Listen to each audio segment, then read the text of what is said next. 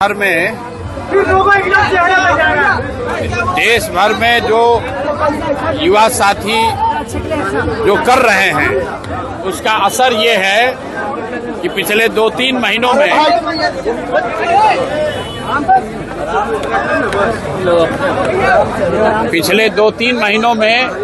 आप देश में लोकतंत्र की ताकत को देख रहे हैं। इसी बिहार में पिछले 3-4 वर्षों में जितनी बार कोई प्रदर्शन करने आया हो, चाहे समाज का कोई भी वर्ग हो, सब पर लाठी चली है।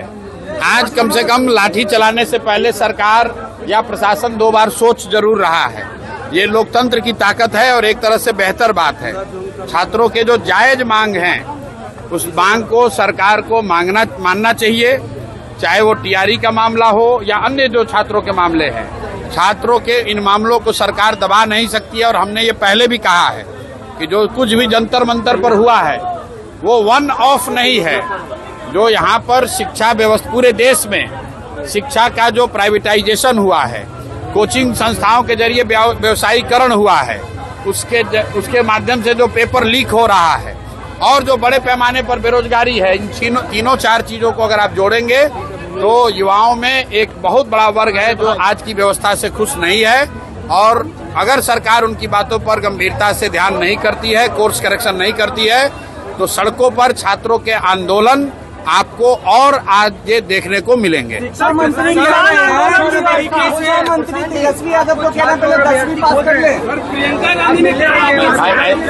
जो लोग मुझे खोज रहे हैं तो हम तो यहीं पटना में ही हैं, रोज यहीं पर घूम रहे हैं। सर, किसानों ने भी आज आंदोलन किया है, हम जमीन नहीं। किसानों का जो आंदोलन है, ये जो 11 सैटेलाइट सिटी बनाने की योजना की घोषणा सरकार ने की है, तुरंत फुरत में बिना कुछ समझे हुए बड़े उद्योगपति और बिल्डर्स को मदद करने के लिए बिहार के सामान्य परिवार के किसान, सामान्य मध्यम वर्गीय किसानों के जमीन को औने पौने दाम पर लेकर बड़े उद्योगपतियों को, बिल्डरों को देने की जो साजिश है, और 1 साल उस जमीन पर कुछ काम नहीं होगा, कोई खरीद बिक्री नहीं कर सकता है, उसके खिलाफ समाज में व्यापक असंतोष है।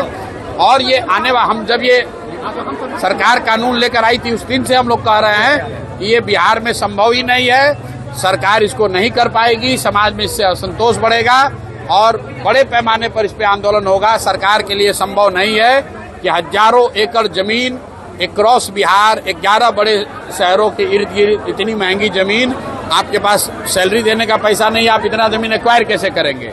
और एक्वायर करेंगे तो किसानों को, भूमि धारकों को उनका मुआवजा मिलना चाहिए। ये कहने से कि जमीन का रीडेवलपमेंट करके आपको वापस दे देंगे, उससे जमीन का भाव बढ़ जाएगा, ये आर्गुमेंट पर कोई जमीन अपना देने वाला नहीं है। शिक्षा मंत्री ने बयान दिया है कि तेजस्वी पहले 10वीं पास कर ले, उसके बाद शिक्षा पे वो सुझाव देंगे बिहार सरकार। ठीक बात है।